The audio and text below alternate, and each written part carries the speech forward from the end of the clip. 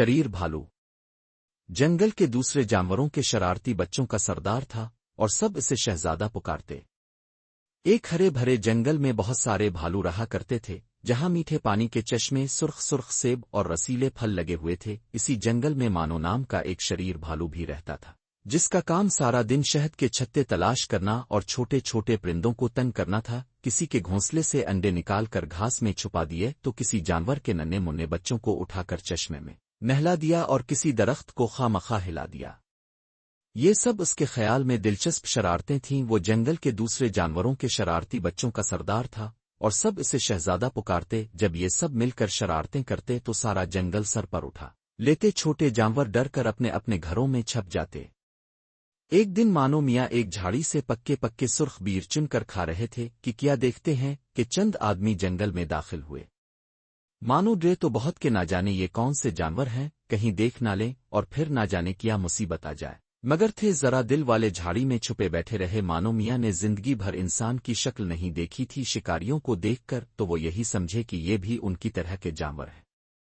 शिकारी तो चले गए मगर मानो को एक नई सोच दे गए। वो हर लम्हे यही सोचता रहा कि आखिर ये जानवर किस जंगल से आए थे, मैं वहां जरूर जावेगा। रात को सोया तो ख्वाब में देखा कि वो भी बड़ा सा हैट पहने, एक कंधे पर दूरबीन, दूसरे पर थर्मास लटकाए फिर रहा है।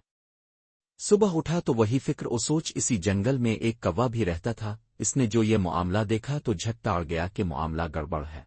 इसने मानो से प्यार से पूछा तो पता चला कि इसे शिकारी पसंद आ गए हैं। कौवा मानो के हाथों तंग था, झट कहने लगा, तुम्हें उनके जंगल में ले चिल्लो जहां से वो आए थे, वहां ऐसे मजे हैं कि बस। कौवे ने कुछ इस तरह नक्शा खींचा कि मियाँ मानो हो गए चित और लगे मंसूबे बनाने। मानो जिन बच्चों का सरदार था वो सब समझ रहे थे कि ये बीमार हो गया है। एक दिन मानो ने अपने साथियों से कहा कि अब वो ऐसा जानवर बनना चाहता है जैसे कि चंद दिन पहले कुछ जानवर यहाँ आए थे। अब भला बच्चों को क्या याद रहता कि चंद दिन पहले कौन आया था। उन्होंने लोमड़ी से जाकर पूछा। उसने अपनी आंखें आदेर अलिफादेर घुमाई और बोली, अरे वही आदमी ना, वो शिकारी थे, तुम्हें देख लेते तो पकड़ कर ले जाते। ये शहर से आए थे, अल्लाह उन्हें गारत करे, हिरन मार कर ले गए। मेरा ख्याल है कि हमें इस जंगल में चलना चाहिए जहां से ये आए थे। इमानों ने तजवीज पेश की। लेकिन वहां जाने का क्या फायदा, नन्हे खरगोश ने कहा।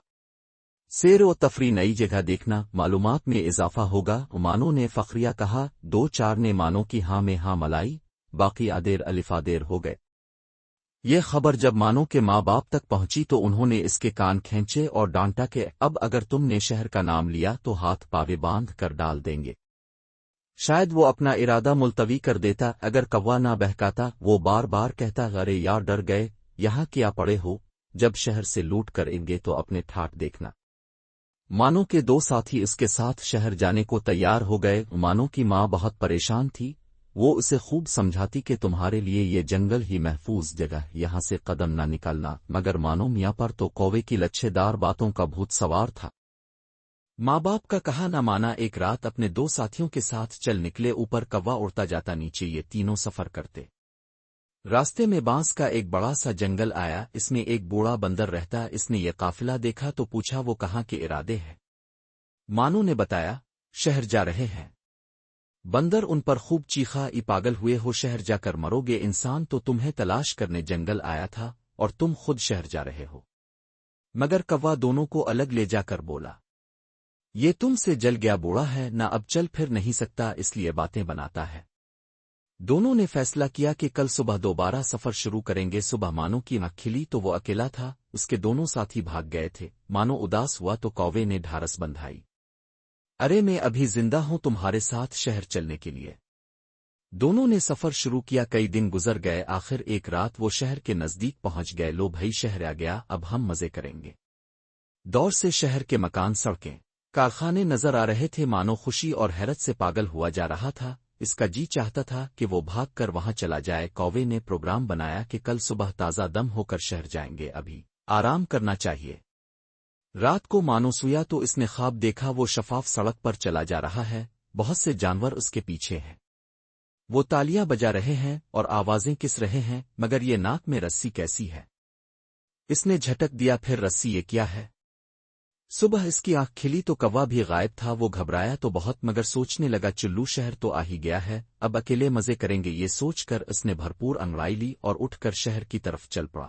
سامنے کالے رنگ کی سڑک تھی، اس پر عجیب طرح کے مکان تھے، مانو مارے حیرت کے چلنا بھول گیا اور ایک گھر میں گھس گیا۔ یکائک ایک زوردار ڈنڈا سر پر پڑا، آنکھوں کے سامنے اندھیرا چھا گیا۔ پھر کھلی تو ناک میں رسی تھی اور ہاتھ پاوے بندھے ہوئے تھے، مانو میاں سمجھا کہ خواب دیکھ رہے ہیں، تھوڑی دیر میں بیدار ہوں گے تو شہر جا کر خوب سیر کریں گے۔